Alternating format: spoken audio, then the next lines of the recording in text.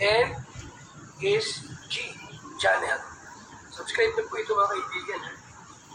Hello po mga kalingap at mga kaibigan, mapagpalang araw po ang bawat isa sa atin, naway nasa mabuti po tayong kalagayan saan mang dako sa mundo tayo naroroon.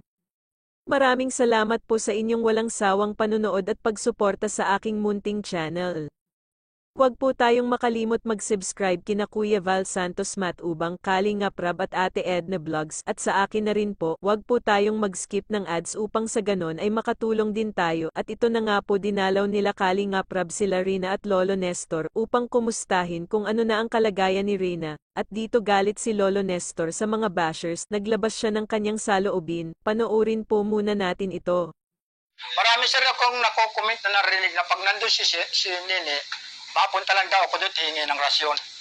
Ngayon, kukunin ko naman sinit, pupunta ako dito. Ang gusto ko lang, sir, mga pasalubong da ninyo.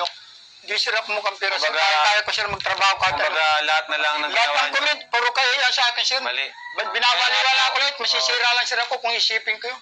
Kaya nga po, pansin nyo Kaya, wala sa akin nakakarinig, sir, na maka. Ay, wala po. Ay, sus ko. Lahat ng nanay ko, mga kuhan ko yung tinutulungan ko pa nanay ko. Wala sa akin, sir, masasabi. Ako, sir, kung mabait sa akin, sir, mabait din ako, sir, na mukha. Wala ako sa akin maririnig na kung ano ni sir salitang masasabi. Akong comment, sir, ang marami akong comment na naririnig sa akin na gano'n masasama, sir.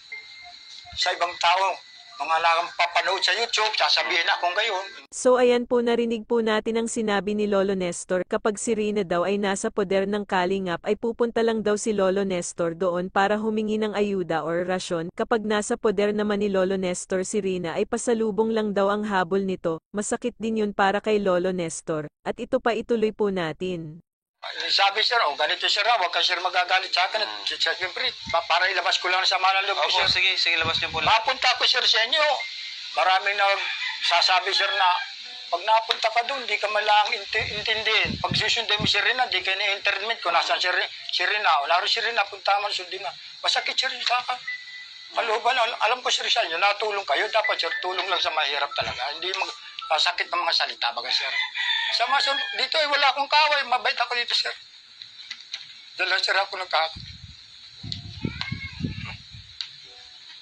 Mabait ako, sir, pero pag awag nila, sir, akong kakaway, wala naman kayo, sir, sa akin marinig. Mga react lang, sir. Sabi ko baga, sir, simula hanggang katapusan kayo, sir, pero marami, sir, nagsisira sa akin. Sir, kung titirahin ko naman, sir, sino mag-aalaga pa sa apo ko, wala naman, sir, mag-aalaga yun, kundi ako lang. Easy lang ako, sir. Nababagayan ko sila. Ako nagpapakumbaba, pinapasensyahan ko, sir. Kaya galit si Lolo Nestor sa mga bashers at inilabas niya ang kanyang saloobin. At hindi naiwasang umiyak kung sa bagay kung totoo man yun or hindi talagang masakit pakinggan.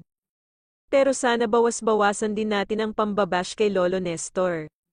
Dahil kawawa din yung matanda, matagal nang nagsakripisyo si Lolo Nestor sa pag-aalaga kay Rina, na kung tutuusin ay mas may karapatan ang nanay ni Rina na mag-alaga sa kanya, pero nasaan ang nanay niya? Pinaubaya kay Lolo Nestor ang obligasyon niya bilang ina. Nakakapagtaka lang kung bakit matagal gumaling si Rina. Ituloy lang po natin ang pagdadasal para tuluyan ng gumaling si Rina. Maraming salamat po sa inyong lahat and see you in my next video. God bless us always.